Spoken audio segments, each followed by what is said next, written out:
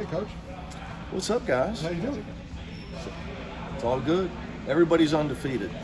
Berkey's sick, so it's going around. It's that time of year. Doesn't matter if it's little kids or college kids, back to school, the germs start.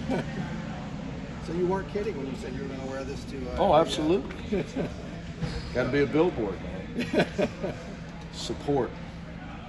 I need the praying hands, please. Support men of Westwood. So some of the new players that have come in lately that weren't with you during summer, Berkey. Yeah, Berkey, Aday. I know you knew them pretty well. You've seen them play a lot.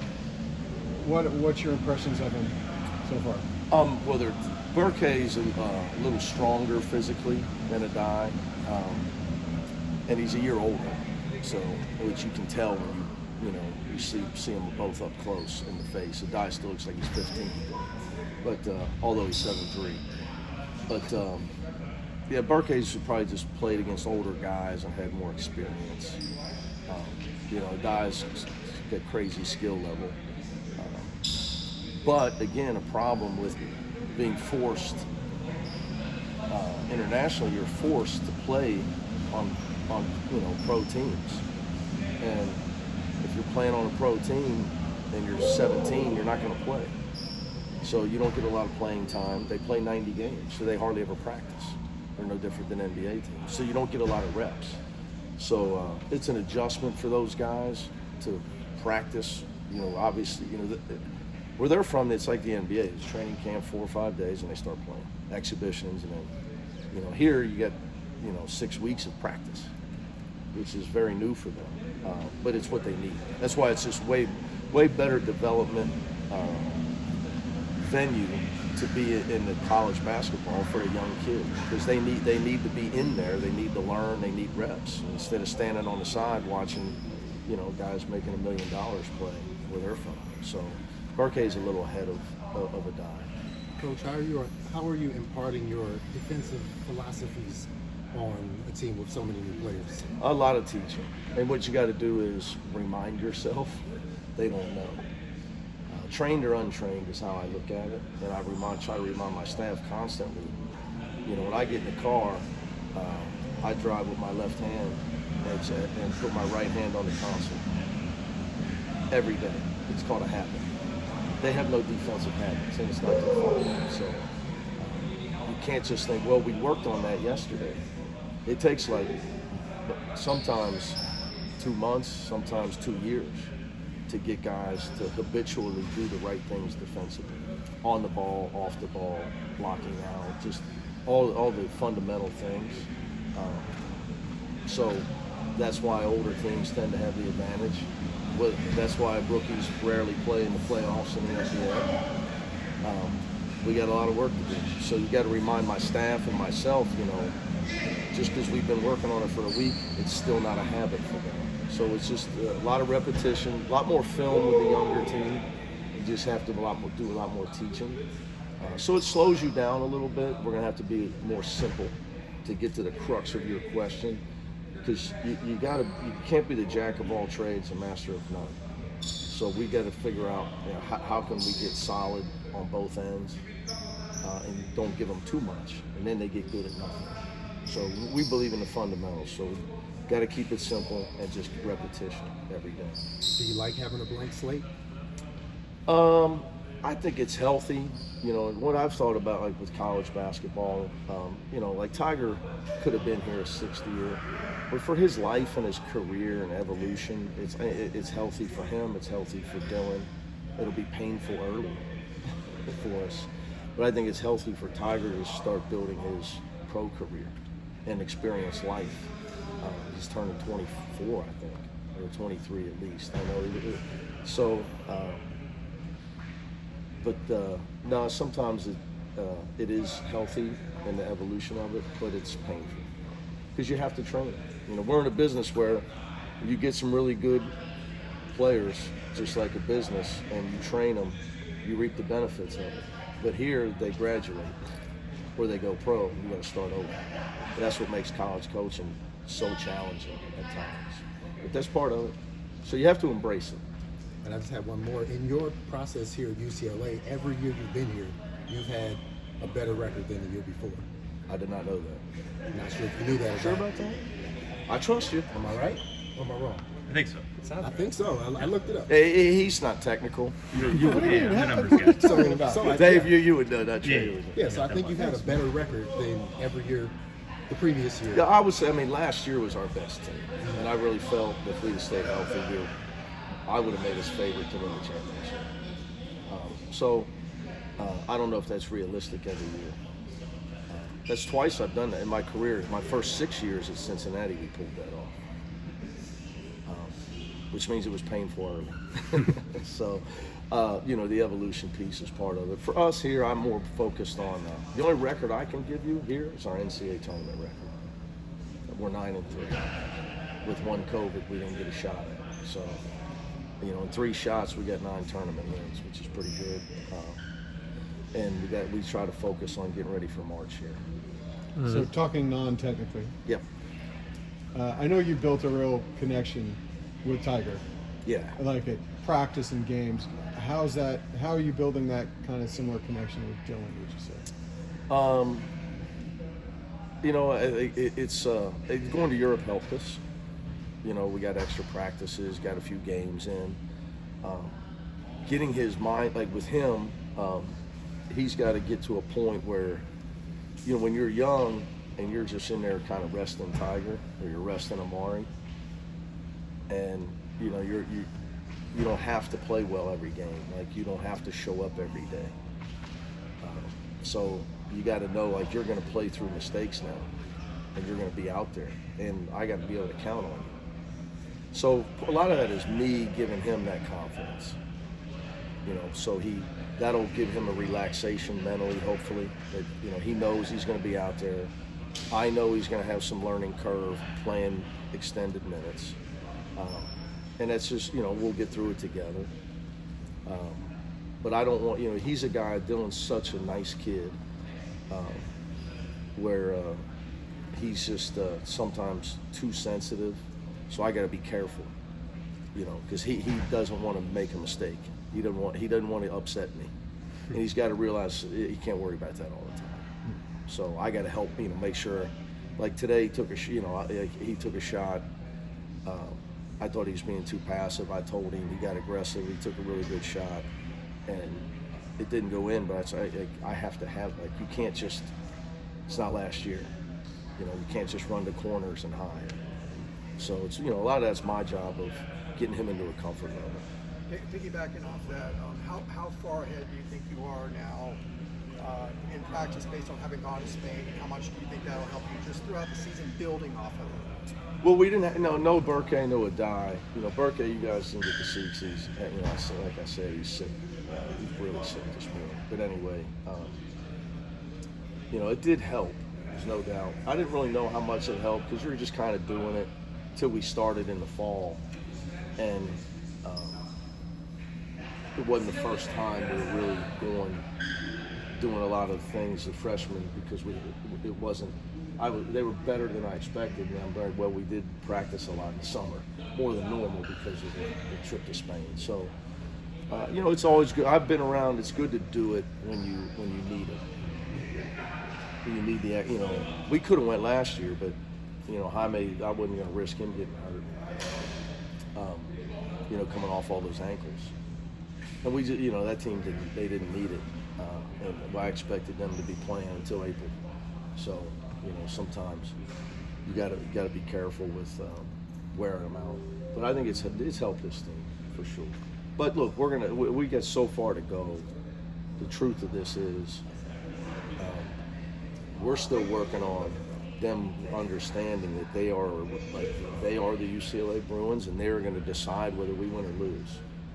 So, I pull out Coach Patino line every now and then. I tell somebody to open that door and see if Tiger's coming through.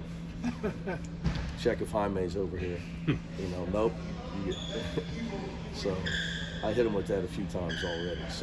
So they've got to understand, they're going to have to stay together when we struggle. They're going to have to, understand that if you struggle, people are going to judge you. It's not where you start, it's where you finish. Just all the stuff that you have to do to be a good team, to get through a season. You know, you can't cave in. You're not going to go undefeated. You got to learn how to take a punch and come back stronger. So they haven't done that together. But look, I'm really pleased with where we're at in the fact that Aday hasn't played live play yet. You know, I get people come in and they make, you know, I asked some people I really trust, basketball people, that, you know, I had Don McLean here yesterday, you know, and I have to remind everybody, you get our best player is not in. You know, that is a factor.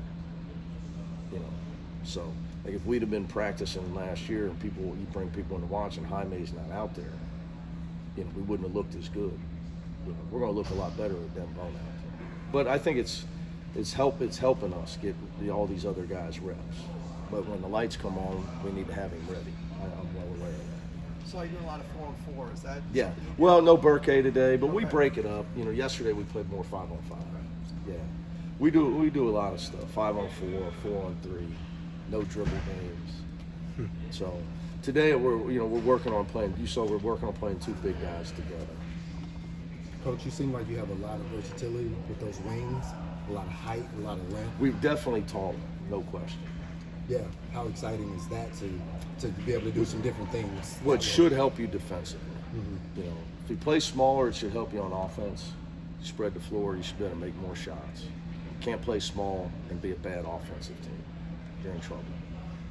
If you're going to play big, you better be really good on the glass and really good defensively. Your size has to impact the game because other teams are going to play small and spread you out.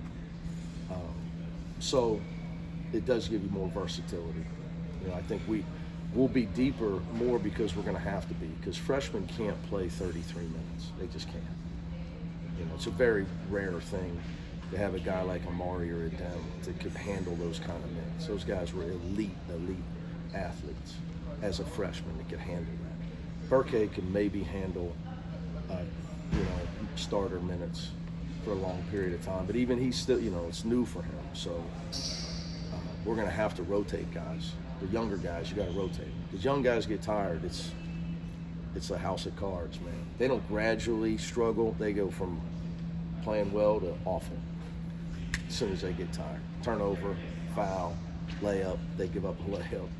So we're going to have to be deeper. But our length is going to have to be a factor on defense in the back and offensive rebounding.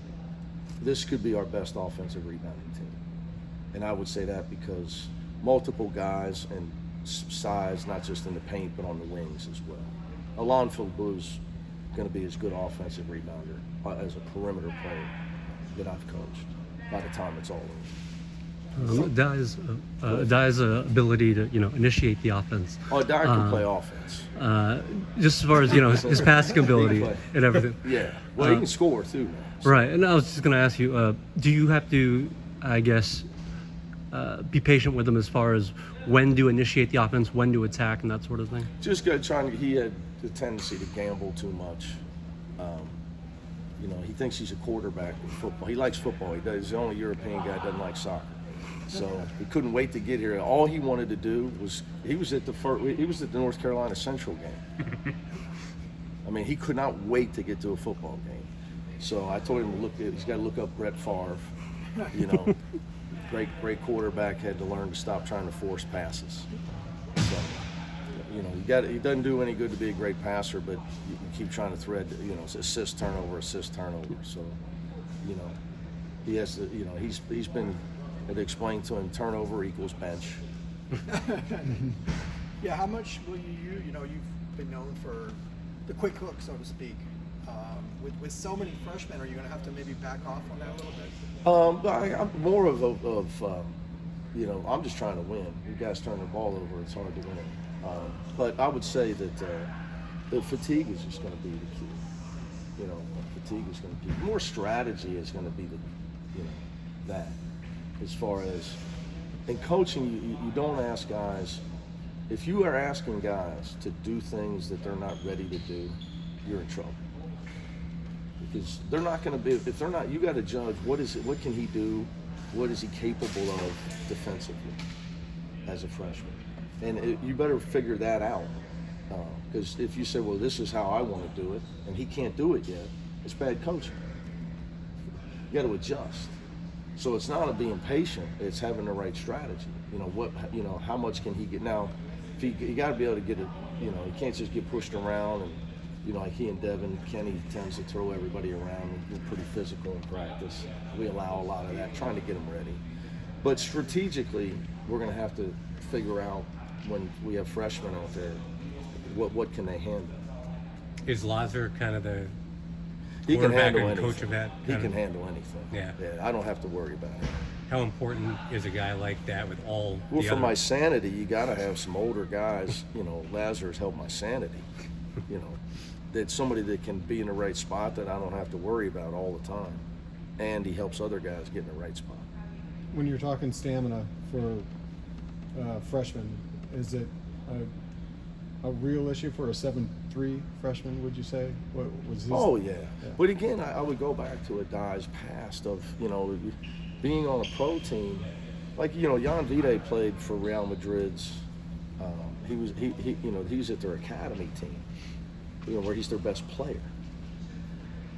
He wasn't playing for Real Madrid's big team in the ACB league.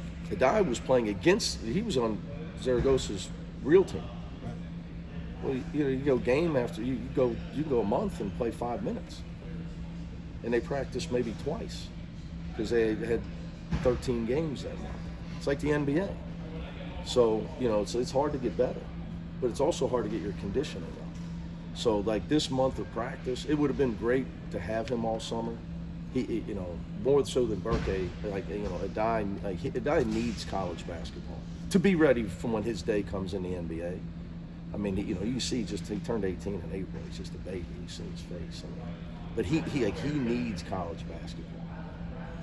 Of playing minutes, getting reps, the way college basketball, the way we practice to get better. I mean, I like him finishing better than I like him initiating. Trust me when I tell you, Don McClain, 2608, is it? Buckets. Somebody got to score now. All that initiating is great. Somebody got to score. You can only play so much defense. How you feeling about the outside shooting so far? I think that we will be better off at that because of our interior game. Like my belief in that, this goes way back to my early times with Coach Huggins. He used to talk about pressure on the rim. You got big guys that can plant themselves in front of the rim. You put so much pressure on the rim, the guys are wide open. It's just you're not having to dribble for threes and sprint around for threes. You put so much pressure with size on the rim is what we're trying to do, that if we're shooting threes, guys are wide open. But again, I really think offensive rebounding is going to have to be a big part of us. I know when you play big, I've done it before, back in the old Big East days. You play big, like you say you go to play a team. I remember I played Marquette a long time ago, my buddy Buzz Williams, Jimmy Butler, and they were good, really good. Jimmy Butler's senior night, we just played zone. We played big, so we just played zone the whole game. So we're not coming out of it because if we try to match them playing small to match up a smaller guy with Jimmy Butler, their small is better than our small. So if our big, you're going to have to match up. If you have to match up with our big, when we can always just play zone on the other end, but you got to take care of the ball. You got to dominate the glass when you play like that. So you were working on two bigs. You said. So is the intention is that we'll be seeing Aday and Well, see, the difference is Burke and Brandon. Oh no, well yeah, of course. Yeah. But Burke and Brandon are bigger guys than Jaime. I mean, Jaime played a lot bigger than he is. You're going to find out when you turn on the first Heat game, Jaime's not that tall. You put him in an NBA game, he's not that tall. You put him with those guys. Brandon Williams is bigger. Right now he's bigger and stronger, and he's taller, and he's only 17. So even he is, can play big, although he's got guard skills.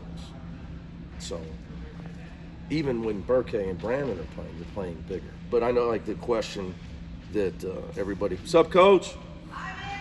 Everybody wants to ask is, you know, a Aday and them playing together. Oh yeah, I hope so. I hope so.